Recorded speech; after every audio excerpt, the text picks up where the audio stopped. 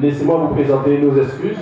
C'est vrai, Albert l'a dit, la campagne électorale a ses exigences. Elle a ce parcours démocratique, comme je dis, qui fait qu'on vient dans la rue, qu'on vient au pied des cités, on vient vous déranger quelquefois, on bouscule la tranquillité de vos appartements, mais quelque part, c'est pour vous demander d'écouter tous les candidats, toutes les propositions qui sont faites, toutes les discussions qui sont faites, pour que le choix, le jour du vote, ce choix soit un choix éclairé.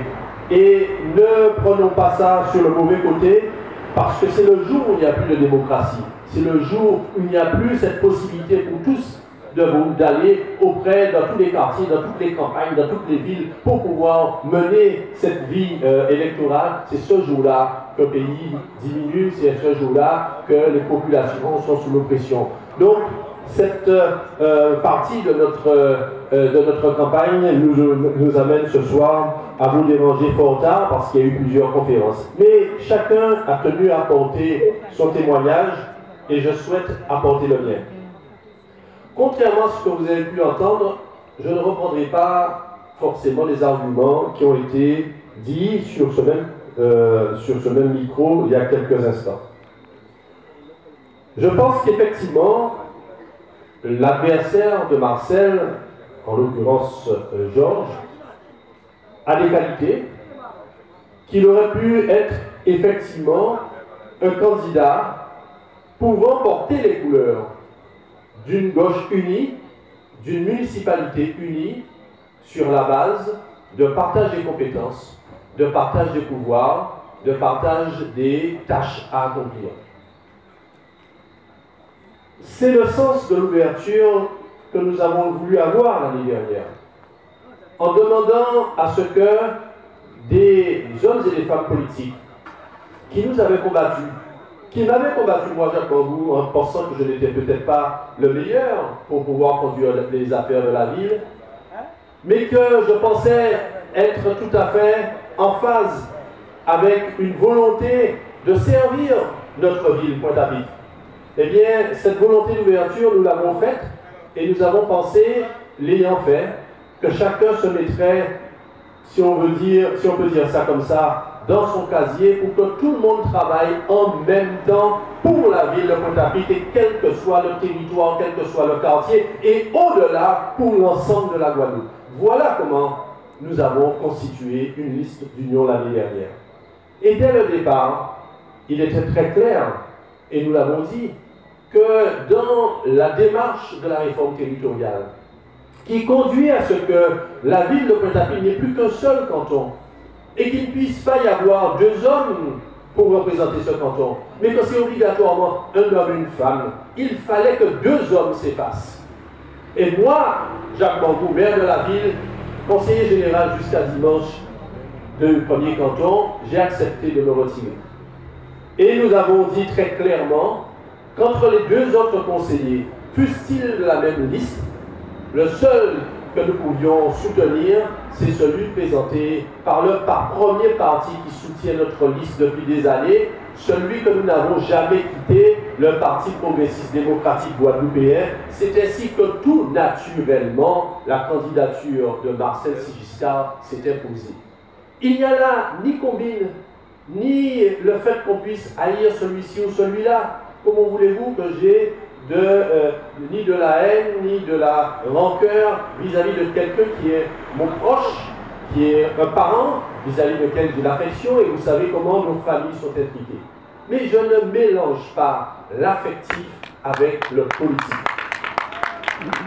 Je n'ai pas le droit, en tant que dirigeant politique, pour pouvoir régler des questions affectives et des questions personnelles, de sacrifier l'intérêt de la ville, des quartiers de la ville, des intérêts de la Guadeloupe. C'est la raison pour laquelle, très sincèrement et très clairement et en toute transparence, j'ai dit, et je vous redis ce soir, le seul binôme que je soutiens, c'est celui composé de Marcel Sigiscard, le dirigeant politique du PPDG, et de Marlène Mélis, elle aussi dirigeante de la fédération du Parti socialiste guadeloupéen. Voilà, sur le plan politique, quelque chose qui est clair. Et ceci est d'autant plus important qu'on voit aujourd'hui un clivage se faire dans ce qui était autrefois la gauche, le socle de gauche.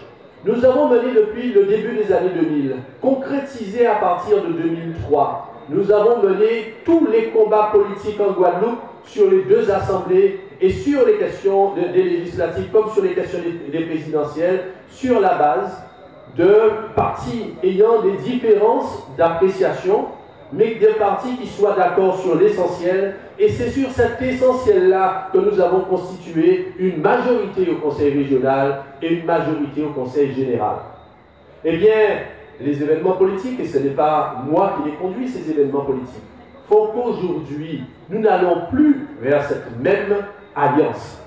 Nous avons d'un côté Guadeloupe Unie qui n'a pas souhaité se rapprocher de la Fédération socialiste et du PPDG et qui entend, avec le seul objectif de maintenir à tout prix la présidence de celui que j'aime bien, qui est un ami, qui est Jacques Gillot, mais qui ne peut pas, comme dit Jalton, la présidence ne lui appartient pas de manière divine, c'est pas le roi soleil. Si demain il y a une majorité des autres groupes qui composent la majorité de gauche de ce pays, s'il y a une majorité qu'il ne représente pas, eh bien, il rentrera on lui a proposé d'être dans une majorité, mais pas comme président.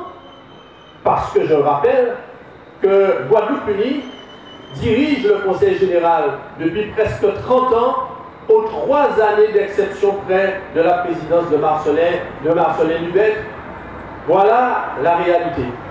Et donc, parce qu'ils sont encomoutés sur cette gouvernance, eh bien, ils sont un clivage, ils refusent de se rapprocher de la Fédération socialiste et du PPDG, et on voit se monter des alliances. La dernière en œuvre est le rapprochement avec Olivier Servat, l'adversaire d'Éric Jalton, pour pouvoir constituer un front pour les prochaines régionales.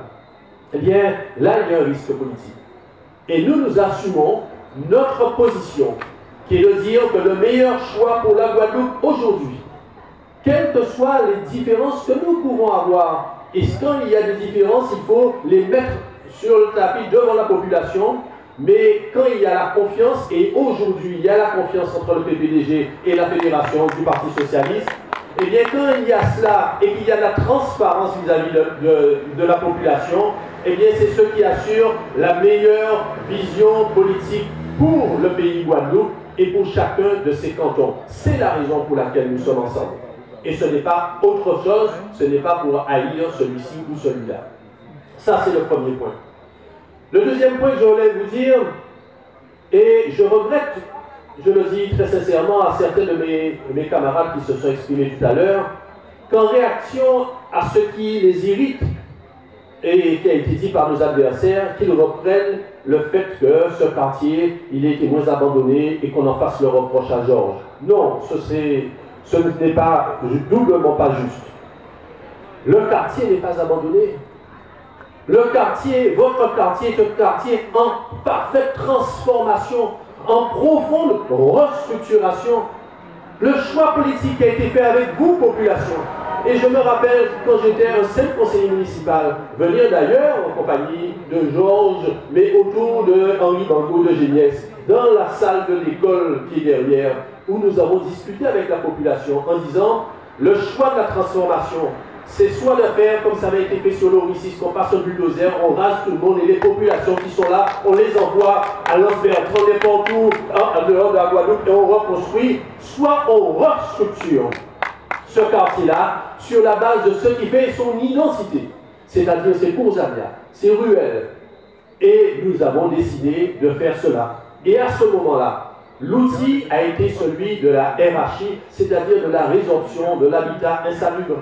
Ce qui veut dire que depuis 20 ans, Nous faisons en sorte que chaque maison qui est insalubre, qui ne peut plus habiter dignement une famille, nous faisons en sorte de l'acheter, nous faisons en sorte de la démolir et nous faisons en sorte de reloger dignement les familles qui étaient à l'intérieur, qu'elles soient propriétaires ou le plus souvent qu'elles soient locataires.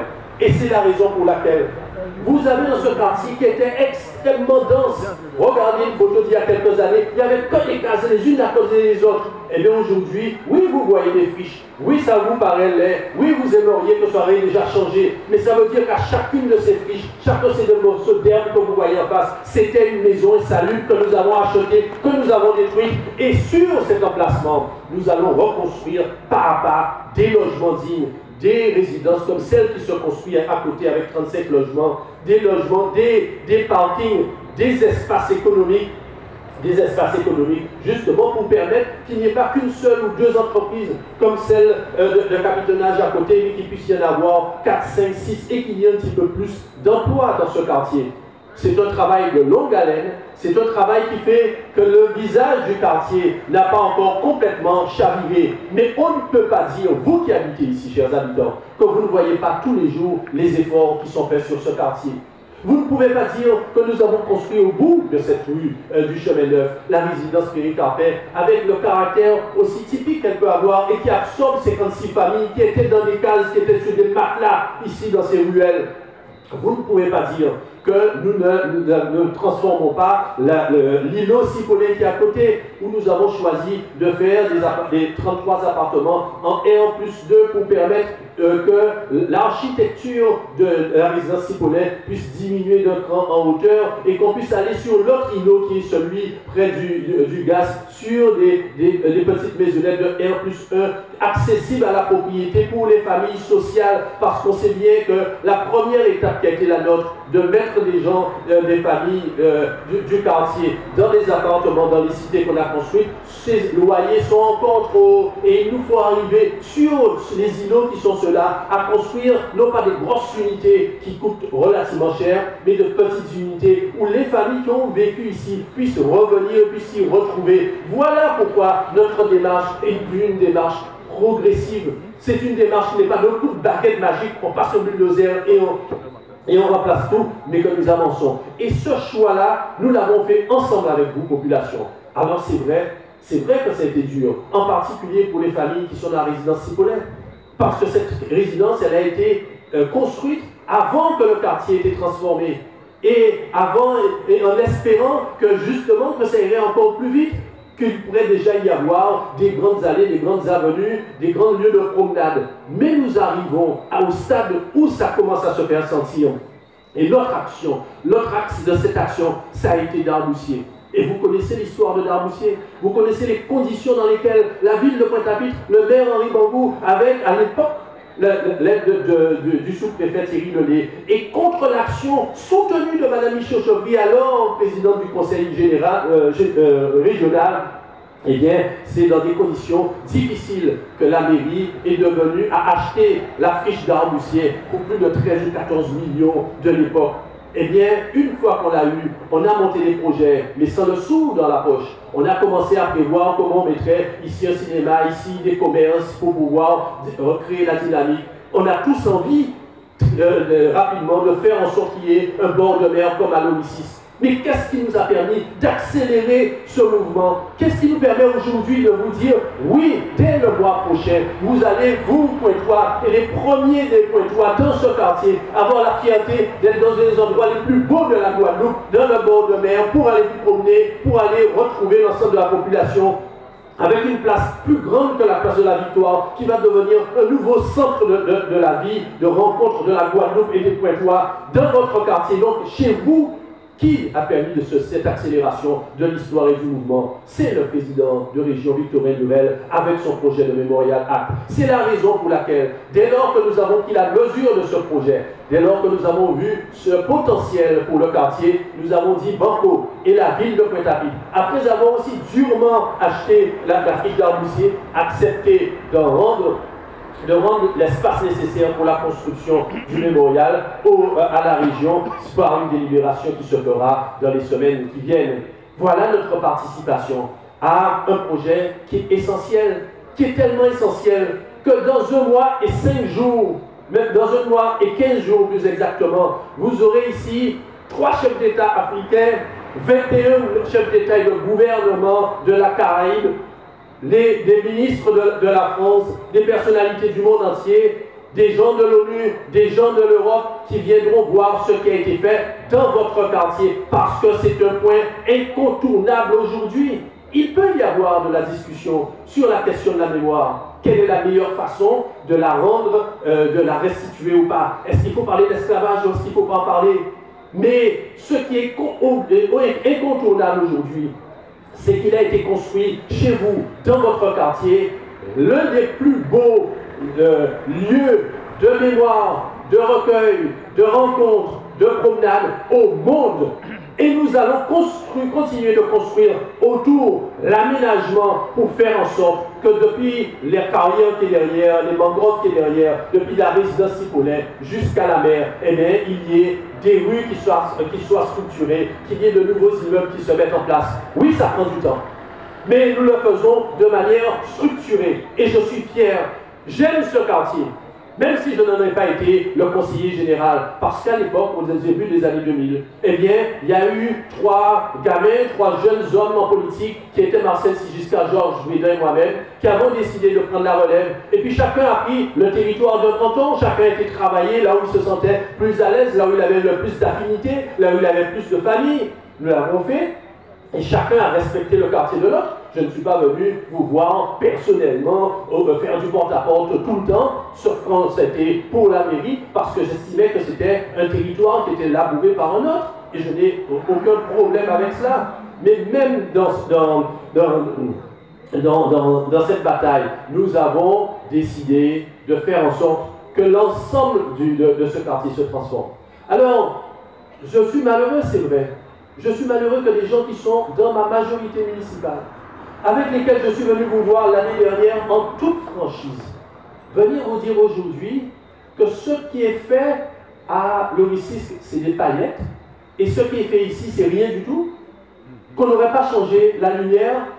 Mais nous avons fait une opération sur la lumière sur Pointe-à-Pitre. Nous avons changé 3800 candélabres.